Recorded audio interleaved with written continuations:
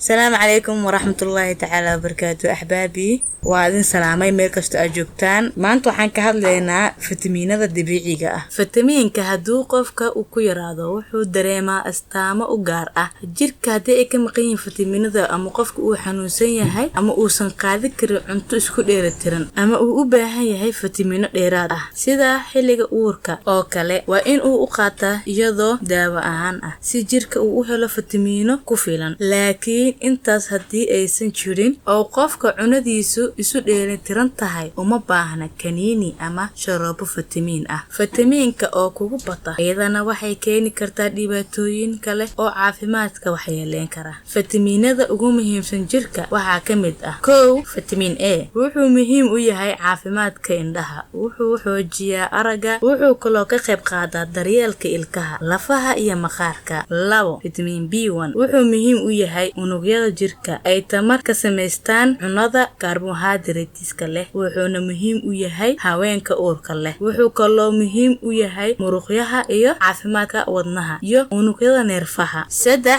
fitamiin B2 wuxuu caawiyaa fitamiinada kale wuxuu muhiim u yahay koriinada jirka iyo soo saaridda unugyada cascas dhiiga sida daraadeeda dhiigyarida ayuu ka hortagaa wuxuuna caawiyaa soo saaridda fitamiin B3 iyo fitamiin B6 4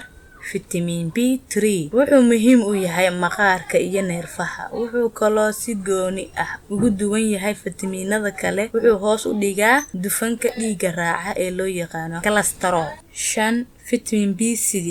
wuxuu jirka u sameeyaa unugyada dhiiga cascas wuxuu kaloo kobciyaa shaqada maskaxda wuxuu kaloo caawiyaa borotiinka in uu jirka ka faa'iideysto caawiyaa fariimaha dareenka ee neerfaha khaas ahaan kuwa adimaha leh fitamiin C wuxuu muhiim u yahay caafimaadka ciridka ilkaha maqaarka wuxuu jirka ku caawiyaa in uu candhada ka nuugo wuxuu kaloo qayb muhiim ah ka qaataa raysashada ama bogsashada nabarada iskugu keenida maqaarka marka uu qofku yaraado wuxuu u horeeyaa ee laga fahmo waa ciridka oo dhiigo wuxuuna keenaa xanuunka ciridka waxaa laga helaa yaanyada liinta kabajka baradhada iyo cananaas 7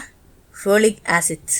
wuxuu la shaqeeyaa fitamiin B2 alif wuxuuna keenaa dhiig-yarida haduu jirka uu ku yar yahay waana in la siiyaa haweenka uurka leh wuxuu muhiim u yahay samaysanka DNA-ga waa muhiim marka unug cusub la sameynayo hadii hooyada uurka leh aysan qaadanin fitamiinkan ama uu ku yar yahay waxa la arkaa in ay dhasho caruur dhabar furan ama san furan waxa laga helaa galeyda digirta salbukada falfaliirta oranjada liin bambeelada saliida looska iyo khudaarta